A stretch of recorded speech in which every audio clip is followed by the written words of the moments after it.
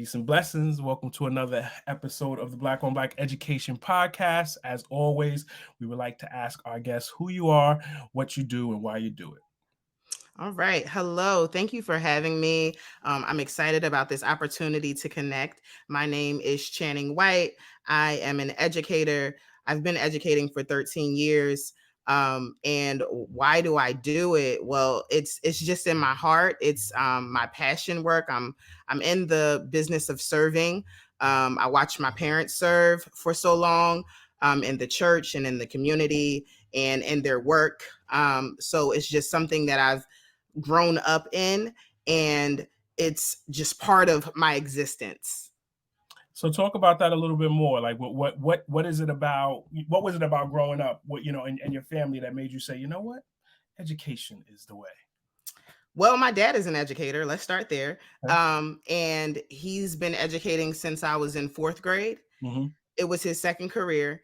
And he was actually a fourth grade teacher for quite some time, taught eighth grade. He's now an administrator. He's been an administrator since 2007. My sister is also an educator, and my mom was a Sunday school teacher. So it was just always seeing the teaching happening. And even with me, the car rides home from church, I would get the lessons from mom and the Saturday schools. And I was always a learner and enjoyed the process of learning and discovery. And my family thought that I would be a lawyer because I was so good at defending things and coming up with reasoning. But my heart really just led itself to pouring into children. I was actually a Sunday school teacher in high school. Okay. And I taught like the first grade children, and it really just connected with my spirit. And it just, you have to kind of go with where your heart leads you. Yeah. And also I'm pretty smart at breaking things down and making it palatable for students to understand and to resonate with. And in high school as well, in my actual high school, we had a daycare. So it was just like I was always, and I took it as a class. So I was always involved in just educating children and supporting children.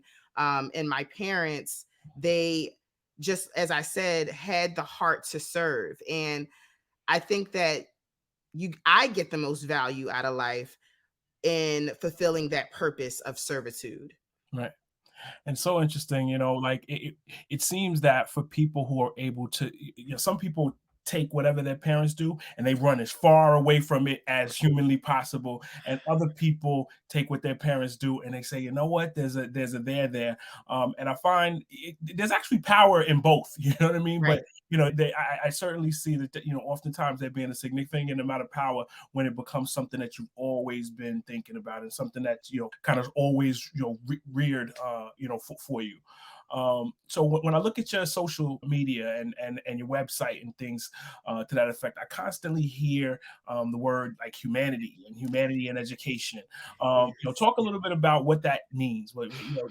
Make it palatable for folks. Well, it's a system that needs to operate, the education system. Mm-hmm. And it's funny because I was just talking to my students about, and go with me here, the center of self and how we live within this circle of expectations.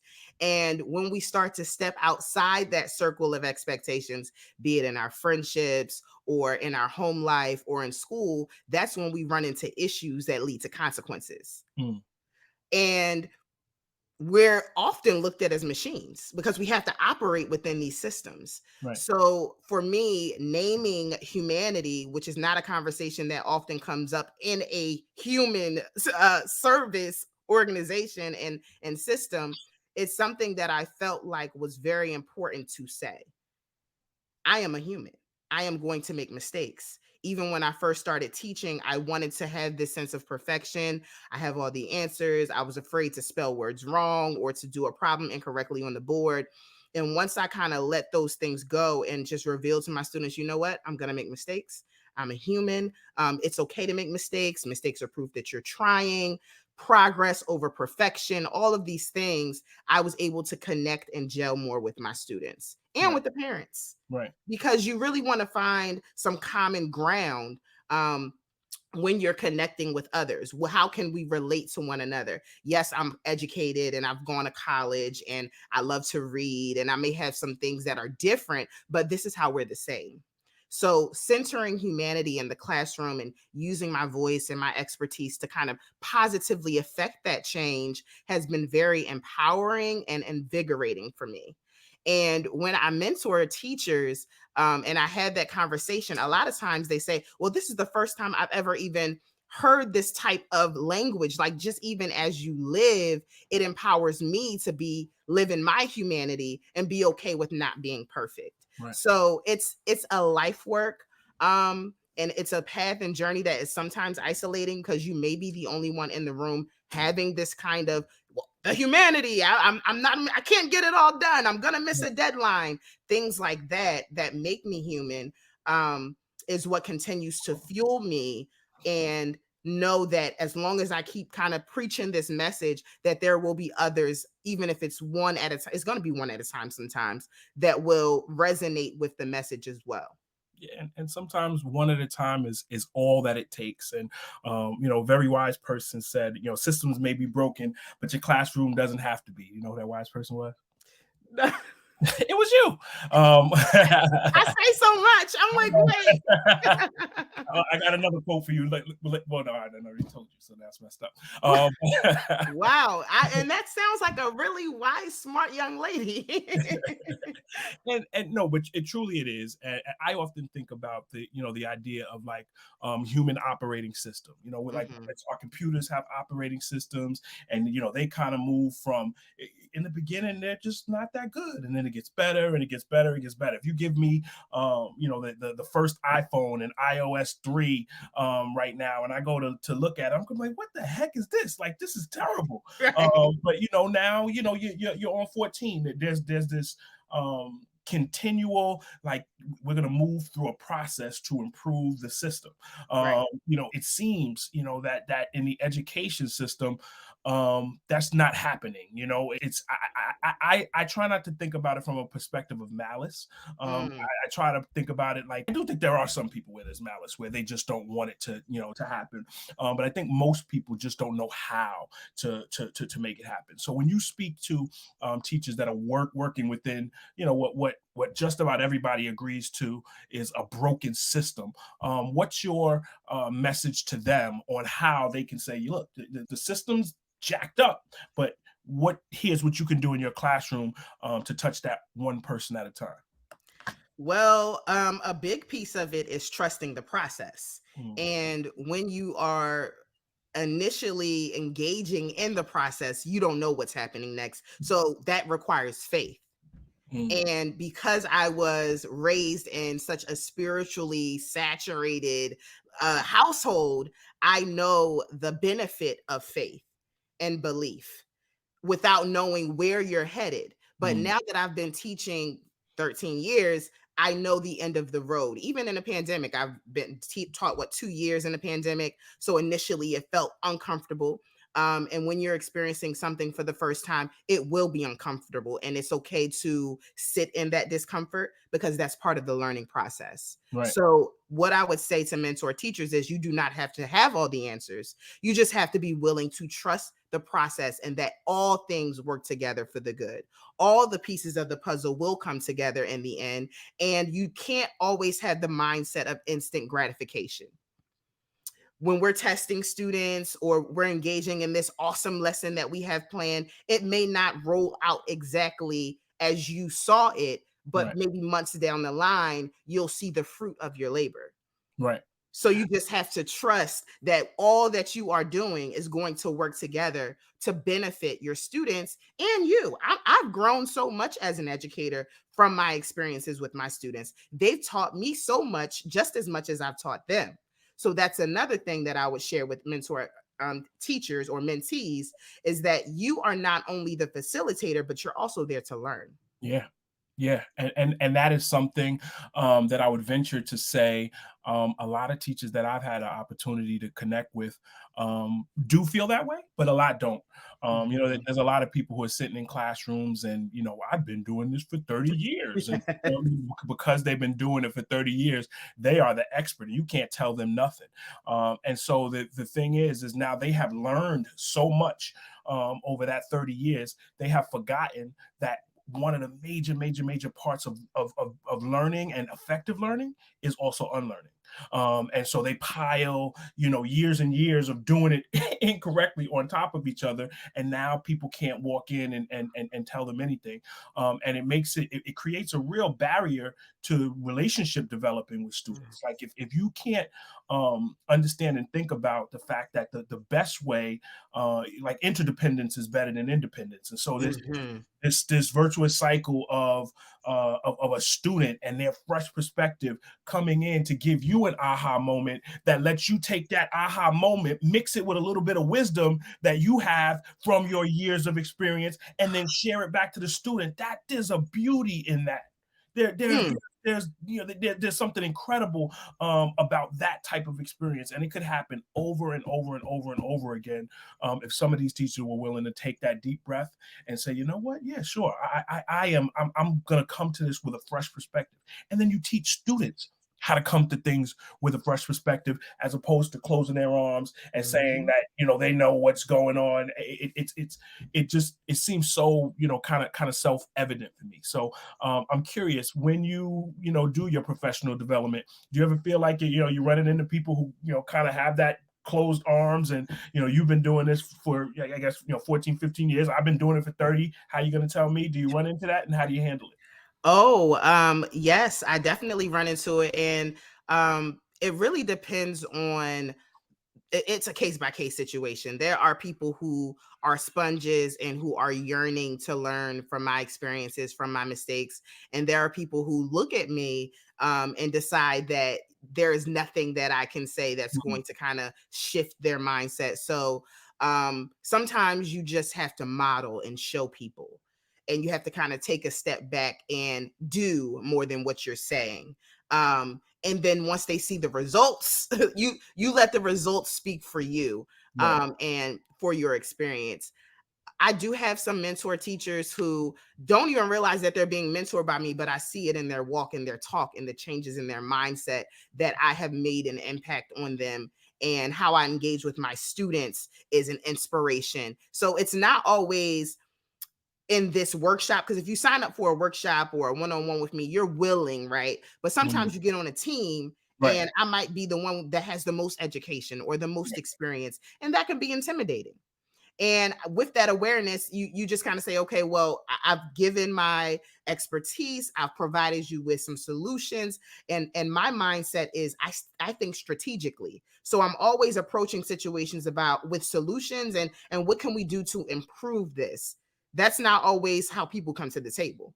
Right. Some people want to come to the table and just do things the way they've always been done. That's not how we're going to get change. So when I have these tough conversations, these courageous conversations, I kind of just read the room and see who are the sponges and who are those that are resisting. And honestly, I've been doing this too long to try to tussle with somebody and give you this wealth of knowledge for free, first of all, and you're resisting. So I just model, engage with those who want to engage. I use my platform on Instagram as well and build a community of people who are willing. Like for me, it's ease. One of my words for this year, 2022, is ease. Mm, Because as a Black woman, I've struggled long enough. Okay, my ancestors as well, my grandmother, my mother, my great grand. It's been a lifetime of struggles, and I want to engage with souls who are willing mm. to do the work and connect. Yeah, I love that. It makes me think about, the fact that you spent most of your career working, like, in Title I schools, and oftentimes ease, is not the experience that students are walking around with, in their own lives, and their parents aren't necessarily walking around. And then, the teachers that teach in those environments, ease is not, the most natural, word to them. What what have you brought to those tables in order to kind of help people understand that need for ease, and tie it directly to, kind of what it does around pedagogy, what it does to actually make sure that the student population that you serve, that they're getting the absolute best that they can from you. Right. Well, in order for me to do what I do best, teach, I have to have the capacity. And as a teacher, you can be very overwhelmed with um, the day in and day out, just paperwork, the classroom jobs that we have to do as teachers, being the mental health expert, being the nurse, and all of these things. So I try to outsource, Mm, and I know resources are not always abundance in these spaces. So my students are empowered to be leaders.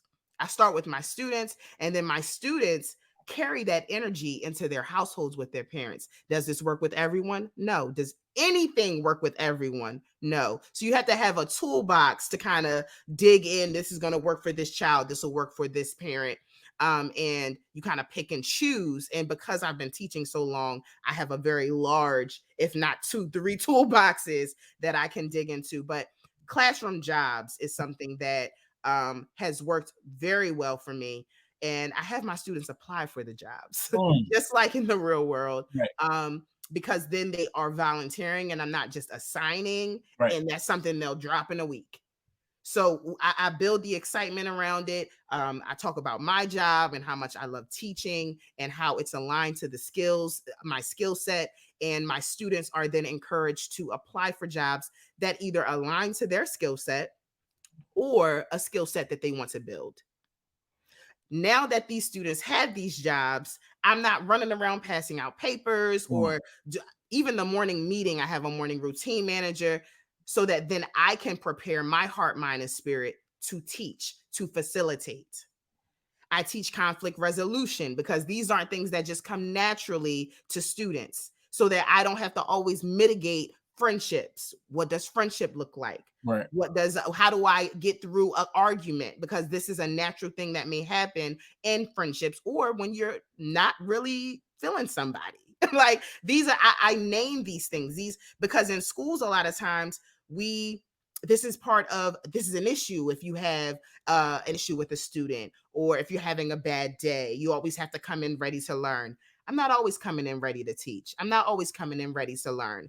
How do I build myself up in a way that I can push through and have perseverance? So teaching these character traits, doing SEL, social and emotional learning, having a calm space in my classroom. I have so many tools that I right, use, and not all at the same time, just as needed and when needed. So knowing and having that discernment is very important, so that again, I can free up the mental capacity, the emotional capacity to teach and engage. Otherwise, I would always be burnt out. right. And so many people, teacher burnout is, I never, I get Google alerts on a bunch of different things that relate to education, teacher burnout. The number of articles that are getting written about how teachers are burnt out is it's sad. You know what I mean? It really is. What I do love about what you said, that I can see how it can have an impact on helping with that.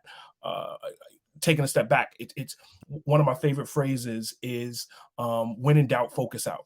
So, when I'm the most stressed out, when I'm not feeling, at my best, and I get to turn around and focus my energy on helping somebody else, that makes me feel better, and then it puts me in a position to get back on track. So you talked about student leadership, and you're putting students in this position where each of them have certain, things to do, and if you're able to, kind of connect with them, and from a vulnerable perspective, or maybe a lot of the time they can just tell, Miss White's not doing, the best today. Let me step up my game that much more. Even if they've never heard the phrase "when in doubt, focus out." That focus that they turn around and share to you, they walk out of that classroom feeling better about themselves, even if they didn't put, the linkage together that was the case. So I love the idea that you give students the opportunity that was either y'all.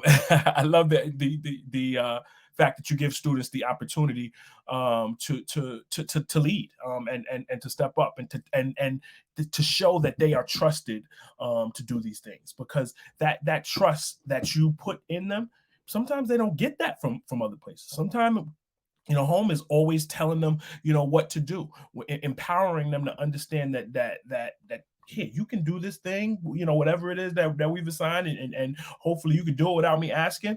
That just means you can go get bigger and bigger and bigger and bigger and bigger things to do. And by the time they actually get out, they can take that personal leadership and turn it into actual leadership, where now they're not just leading the person in the mirror. They're able to lead groups of people and show others how to do the various different things, that I just kind of alluded to. So kudos to you for that. Where do you feel like you got that from? Like the ability to do it, was it because your parents were teachers? Did they model that for you? Where'd that come from? I think you're on mute. Yes, independence was very important in my household. Independence was built through chores, and this is how you help the household and keep the system running, and this is how you can help me because I have a lot going on. Having these honest conversations with children really fosters compassion and empathy. And like you said, sometimes you may come in and just say, I'm not feeling my best today, or I really need your help with this. And trusting students and children enough to have and build that capacity of empathy and compassion is what's going to allow them to feel that empowerment for leadership, to lead themselves, and then, like you said, to lead others. So yes, my family, my parents, they play a big role in that, in helping me understand that I play a role in this operation. I'm not just sitting here and you're going to do all for me. I'm going to do what I can for myself and for this family as well. I have value even as a child. Right. And so with my students, I teach them the same. You have value even as a student. You may have some challenges in this area socially or in math, but you have strength as well. So what can we do to play on that? Right. Right. If Eva was here, she might, turn up her nose a little bit or roll her eyes a little bit, because that's what our household looked like. It Yeah. was, that I was not, a helicopter parent by any, stretch of the imagination. It was, these are your responsibilities. These are the things that you have to do. I'm not going to be running behind you about these things. If you don't do this, then you don't do that. Right. School, I'm not checking your homework every day. That is your job. That is your homework, not mine. Right. I don't know how to do it anyway. So it was, that wasn't the approach, and I really truly believe that part of the reason why she's the amazing young lady that she is because she took that on, like that yeah, I can do this. And I certainly hope that the teachers that are listening to this first believe that students can do that, because and chances are, if they're not listening to this, if they're this type of teacher, because I was going to say, because if you're not, then it's time to go. Like, what I mean? It's time for you to just go. I know Right. you might not get your whole pension or whatever the case may be. Sorry for you, but we don't need anybody else sitting in the classroom harming kids. So it's time to go. Mm-hmm. But I'm going to read you a quote. Hint, Yeah. hint, hint, hint, hint. So it's our belief that with a full heart and courageous spirit, we can truly do and be anything. And in turn, our students will feel that energy and walk into their own abundance. I think this kind of relates to what we've already been talking about. It's the way that you are looking, students. And I kind of want you to give me like a 1, 2, 3, like for if you were coaching somebody who just, they, for whatever reason, they haven't had the aha moment yet. How would they actually go about the business of doing of treating students the way that you described it? Well, first you have to accept your whole self. And I think about when I first started teaching back in 2009, I was instructed quite a bit to leave part of who I was at the threshold of the Mm. school. That was a message. And I learned very quickly that in order to empower my students to be bold and be courageous and to accept their full selves. I had to accept my full self and be okay with walking into the school and into the classroom in my whole abundance.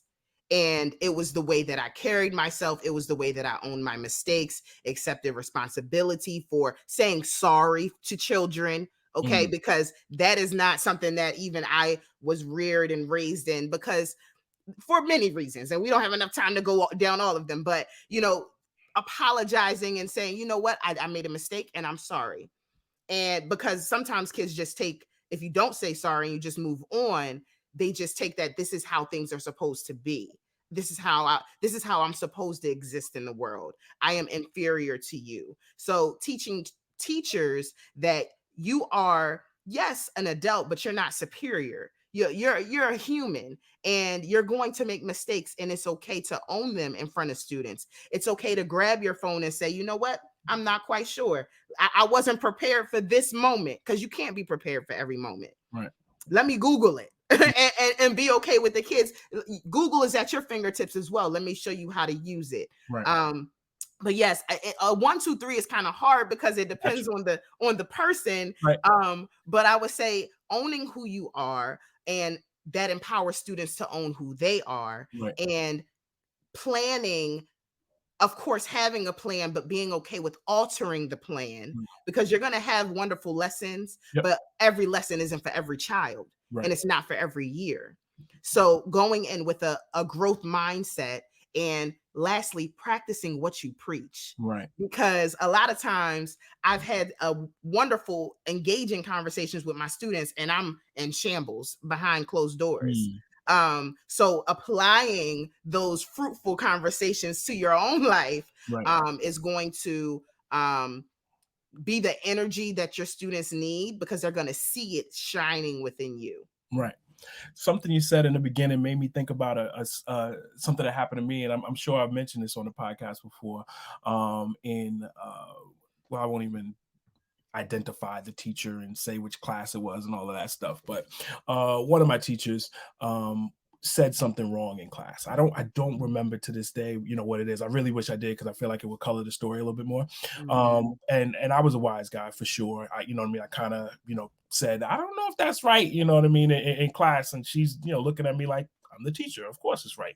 The next day I bring in an encyclopedia and I show her that in no uncertain terms, that is not right.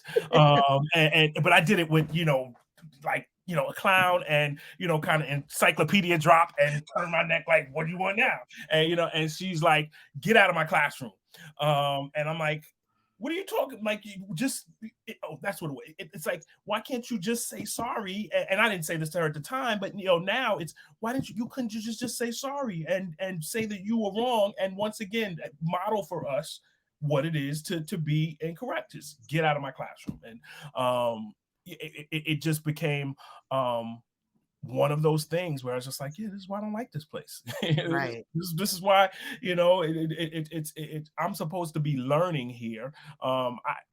So I was being miseducated yesterday because you told us something wrong. I said something that now the whole class, I should have been allowed to be the teacher here. Not about how I did it. You could have checked me on how I did it. Right. But still saying, you know what?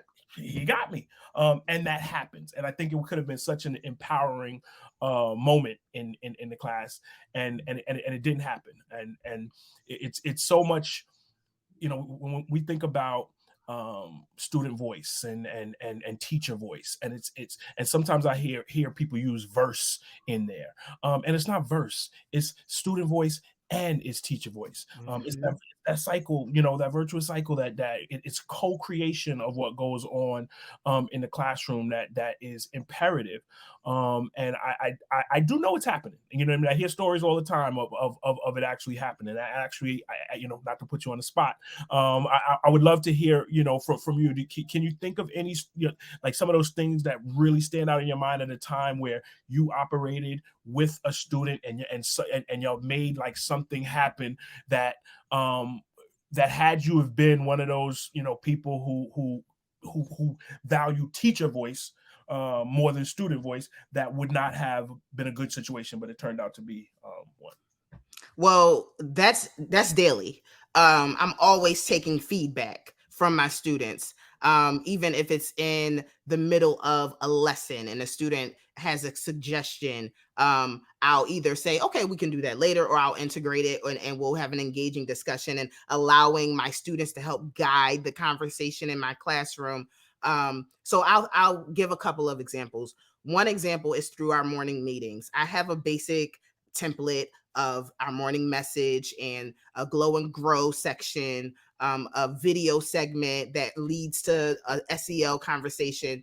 And sometimes students have their own ideas for the conversation that they want to have, maybe based on a situation that happened in class that they want to address. Maybe there's some students that aren't showing gratitude, or there was a friendship issue, and they come to me and they ask me, can I include this if they are the morning routine manager for that day? Because I have like a 8-day rotation. That's how many students want to lead morning meeting. And I allow them to. How old are your students? They are in 4th grade. I should have asked that earlier. Sorry. Oh, that's okay. I've taught 1st through 5th. Okay. So I'm coming back to 4th grade, and I really have a soft spot for 4th grade. But if they want to include their own ideas in the morning meeting, I allow it. If they want to ask a question that may not be a question that I have in my lesson plan, we allow that organic conversation to take place. When there are issues that are arising, we've done a Bill of Rights in our classroom, and they've added their ideas for how our classroom should look, how it should sound, how it should feel. And we've had some issues as spring break comes upon us in the next 3 weeks or so. And we actually had a sporadic morning, not really a morning meeting, but a meeting today about the issues that have been taking place. And it was led by the students, not by me. What were some of the issues? Oh, wow. If I understand if it's not something that you can share. Right. I can give general issues with how we are engaging with one another, how we are engaging with adults who are not me, and even how we are engaging with me when I'm teaching, or if they are on the playground or at recess. It's a lot of conflict resolution issues, and learning how to focus on self so that then it impacts the greater good. Right. Like, how are my actions going to benefit all of us? Just being really thoughtful. So again, I kind of sat back and allowed them to just have this organic conversation about, this makes me uncomfortable that this is something that continues to happen. And it's kind of hindering me and hindering the class from moving forward in a positive way because X, Y, and Z. So that's just an example of how my classroom goes day in and day out. Sometimes you might have something to say, but it's best to be quiet. Right. And as a teacher, I have to have that discernment of when I step in and I'm in the center and I'm facilitating, and when I'm stepping back and just observing. Right. Now, do you guys practice like restorative practices, or are there circles, like actual circles, like or did the kids just decide, okay, we're going to do this? How did they know to? Yeah, it wasn't a formal. I'm really about the organic process of human engagement and interaction. And yes, curriculums are very helpful, and they help teachers kind of facilitate and guide. But for me, I like to just engage in the authentic interaction. Right. So the morning meeting, again, it's a framework that I have found that has developed over time, and that I kind of shift and change depending on my class from year to year. But this conversation, it was not, there was no, this is the list of how we're going to do it. It just, it happened, and I let it happen. Just like in life, I'm not always going to have this curriculum to engage with my friendships or with my family or with my children, because we're human, and we're not always going to operate on a rigid system. So part of it is the unlearning of that. Right. So switching up a little bit, and thinking about your business, who should call you? Who would hear this and and their experience in a particular thing, and either their friends said, "Oh, I just heard this on the podcast, and you need to call Channing White." Like who are the people who should pick up the phone right now? Well, I engage with, I do mentorship with teachers who are just coming into the profession. So students who are in the university work, I'm actually working with someone right now. I do it through the school system and also in the community. So if there is a person who is aspiring to be a teacher, I want to get in there and really take you under my wing before the system skews Right. that love and that passion and that voice, Right. because silencing us, I think, is number one on the agenda when we sign that contract. How Mm. what are the things we can do to make you smaller than who you are? So Whose agenda is that? huh Whose agenda is that? Who silencing? the agenda of the system of education, Got it. whoever is, and the thing is, I realize that we have to have a system in order for things to keep moving and flowing and operating, but we also need fresh takes and fresh perspectives, Yeah. and we need to embrace that instead of sitting us down and kind of giving us, this is how it's going to be. And for me, going through life, a lot of times it was that this is how it's going to be. You have a big voice, but it's too big, it's too Right. loud. Mm. You have too much to say. Right. And I want to empower teachers who are, again, coming into the field, or even if they've been in for a while and they're trying to find their voice. Right. They're trying to affirm their voice. They're trying to find someone who is bold and courageous to say what everyone else is not saying in the room. Those are the teachers that need to pick up the phone and call me, Got because it. I'll be your thought partner and your cheerleader. Okay, and everybody needs a cheerleader, man. It is a true. Even when you don't think you need to. For most of my life, I used to say, I don't need words of affirmation. I don't need anybody to tell me anything. And then I got a couple of things, and it's just like, oh, okay. And then now, particularly in this space, I'm not a classical educator. I'm on my local school board. I've read a ton. I've listened to a ton. I've watched a ton. I've now spoken to a ton of teachers. I visited 250 plus schools. Wow. I've gotten to talk, but it wasn't like I was doing a marketing campaign for something, outside, but it sent me to schools. I got to Right. talk to kids, and I would ask them, their thoughts on education, and I would talk to teachers and ask them things. But then when it came to, okay, now I want to actually have an effect. And there's all these people with doctorates and things like that. Sometimes I found myself with almost, like imposter syndrome. Like, where do I fit in here? Where do I belong in here? But I get the words of affirmation, that no, we need those fresh perspective. We need outside eyes. We need people who are going to, look at things in a way, that's outside of the box that the system has built, and then bring a certain spirit to it. And so, when I get that, I'm like, okay, yeah, I can actually be, a positive force in here, and it's what made me decide that, like, this is going to be my life.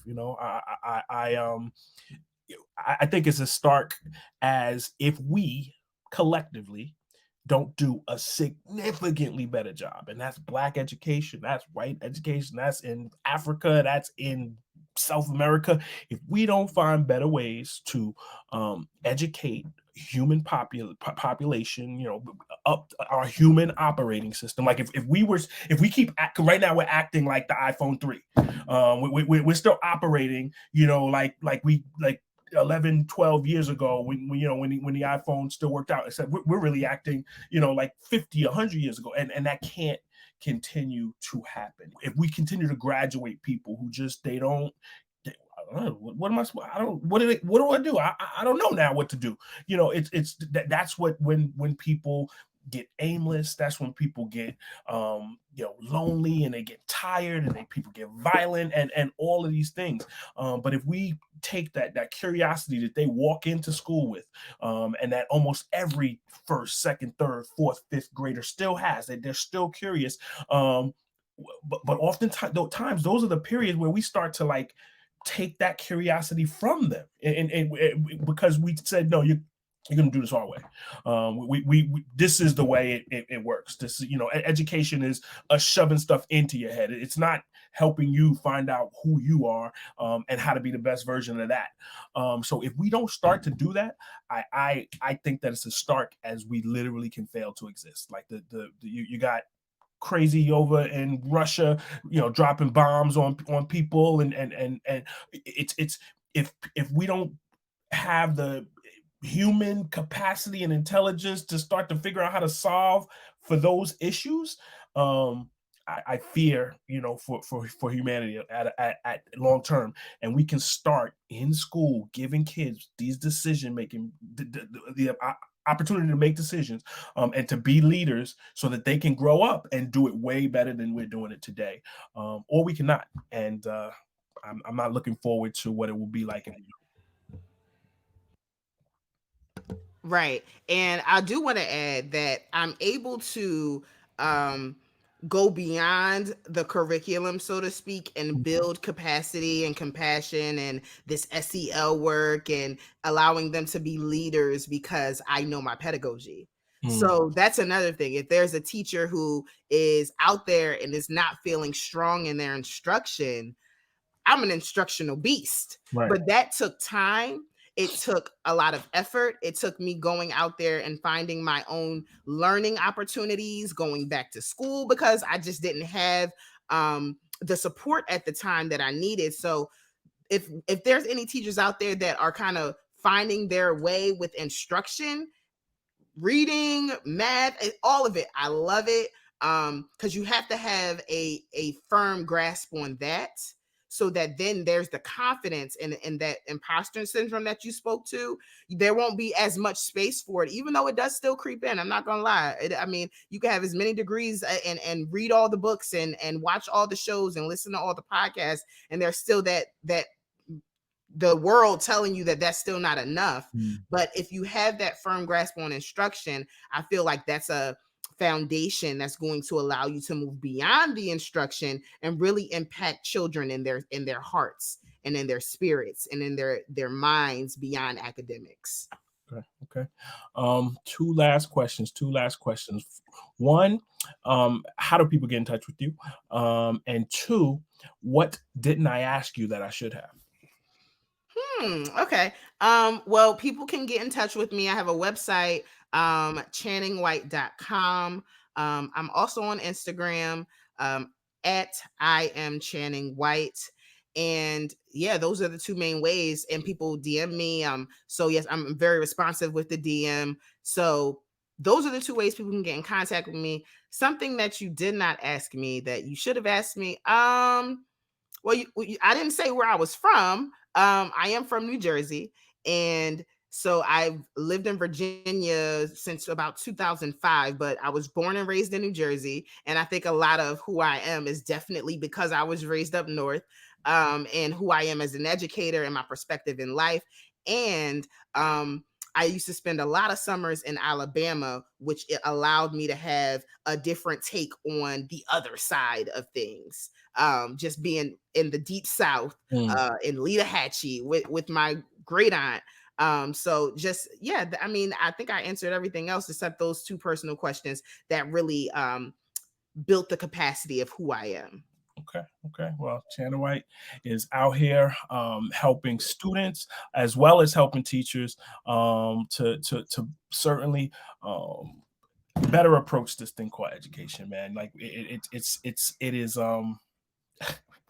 We got so much work to do, people. And when you find people, who are doing it and can assist in your journey, it's time to pick up the phone and call, or hit the website, or hit the Instagram. So the last thing we always do is we allow our interviewee to become the interviewer, and ask us, well, today, me, a question.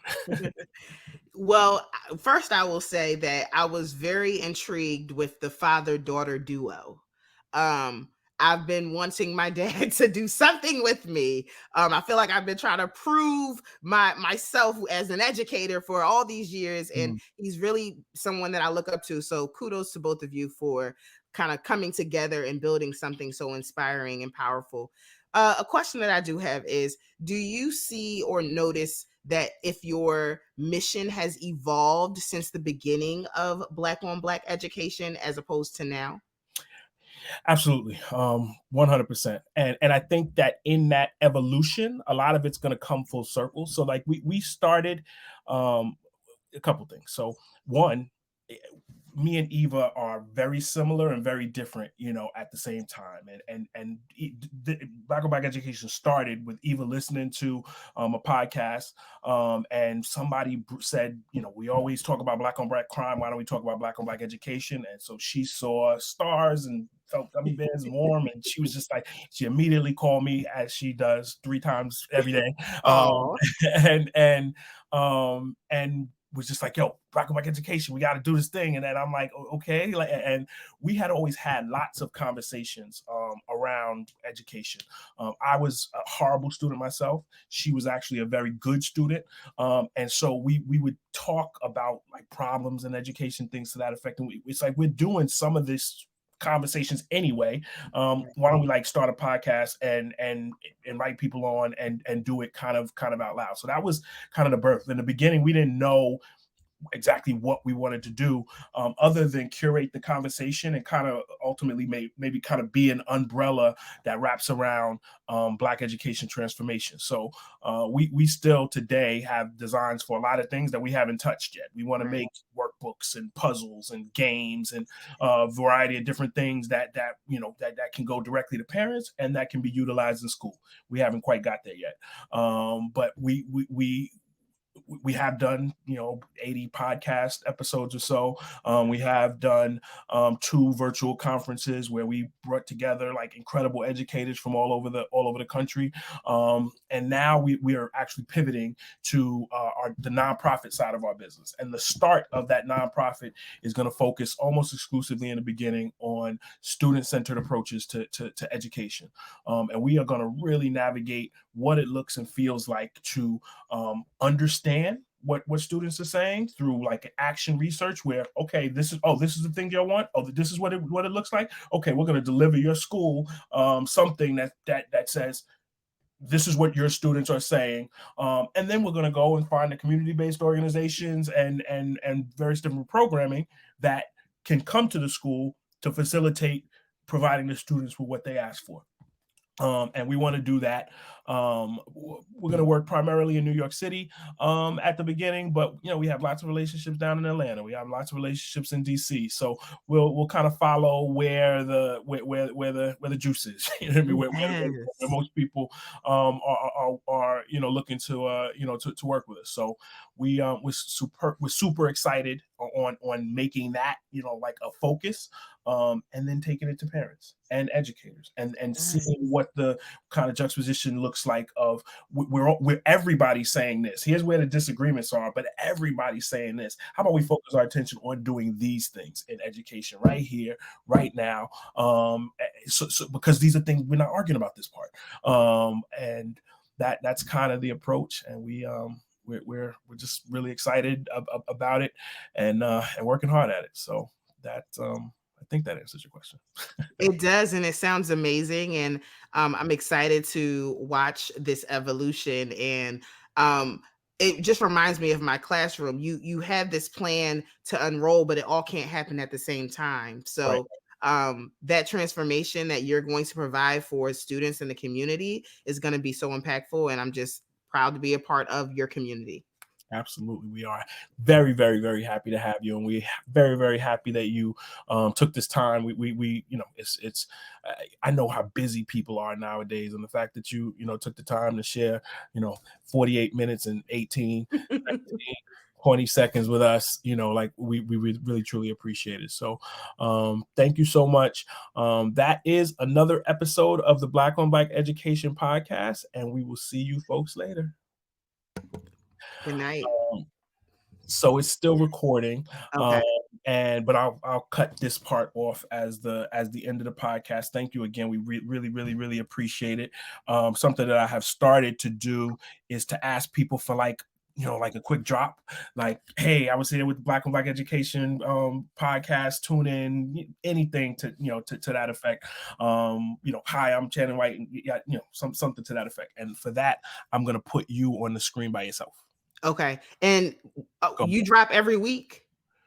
We do. We have been slacking. I think I told you I had a intern who left, and now it's it takes like 3-4 hours to do everything associated with, like listening to it again, taking all the clips, putting it over here. And so I have been slacking. But we are going to get back to dropping every week. We have about 5 or 6 episodes right now that are in the hopper. So it's probably going to be, probably towards the end of April, beginning of May that this actually hits. Okay. All So, right. all Cool. right, I'm gonna put you on the screen by yourself. Okay. Oh, that's me on the screen by myself. Hello, teammates. I just had an amazing conversation with Black on Black education regarding my journey in education and how I impact students and inspire teachers. Please make sure you take the time to tune into this episode to learn, grow, and transform. Perfecto, Okay, perfecto, great. perfect. All right, Shannon. Well, yeah, I can end the broadcast.